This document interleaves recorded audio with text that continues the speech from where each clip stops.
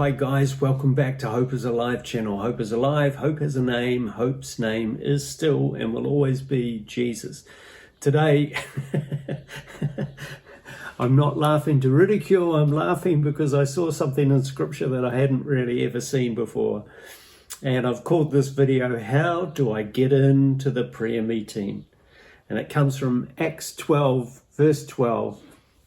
It says, when this had dawned on him, he went to the house of Mary, the mother of John, also called Mark, where many people had gathered and were praying. Peter knocked at the outer entrance, and a servant named Rhoda came to answer the door. When she recognized Peter's voice, she was so overjoyed, she ran back without opening it and exclaimed, "Peter is at the door." "You're out of your mind," they told her. When she kept insisting that it was so, they said it must be his angel.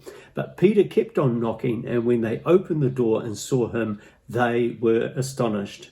Peter motioned with his hand for them to be quiet and described how the Lord had brought him out of prison. "Tell James and the other brothers and sisters about this," he said, and then he left for another place. Remember, Peter had been put in prison. We don't know how long he'd been there. It might have been a few days, it might have been a week, but it was the feast of unleavened bread and Passover, and first fruits were all coming. So it could have been up to 7 days. So the angel takes Peter, he leads him out of prison, and as Peter followed the angel, God opened the way. And when Peter was free, the angel vanished. So his work was done. It was now up to Peter to trust the Lord and to use his own brain cells, his own common sense in taking the next step. Now, since it was the prayers, this is why I was laughing, since it was the prayers of God's people that had helped to set him free, Peter probably figured that the best place for him to be would be at that prayer meeting at Mary's place. Plus, he would have wanted to knock on the door and say, "Hey guys, thanks very much for all your prayer. I'm free." So good news. So he heads for the house of Mary, the mother of John Mark. And you've got to remember that many people were praying. They were praying earnestly. They prayed night and day for however long it was that they had been there.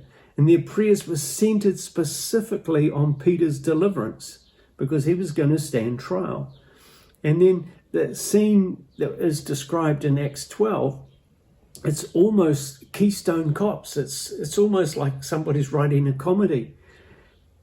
They're praying for Peter to be set free and delivered. He is set free. He's standing at the door and they won't let him in. The answers to their prayer is standing at the door, but they don't have faith enough to open the door and let him in. God could get Peter out of prison, but Peter couldn't get himself into a prayer meeting. I pray that you get to your prayer meetings.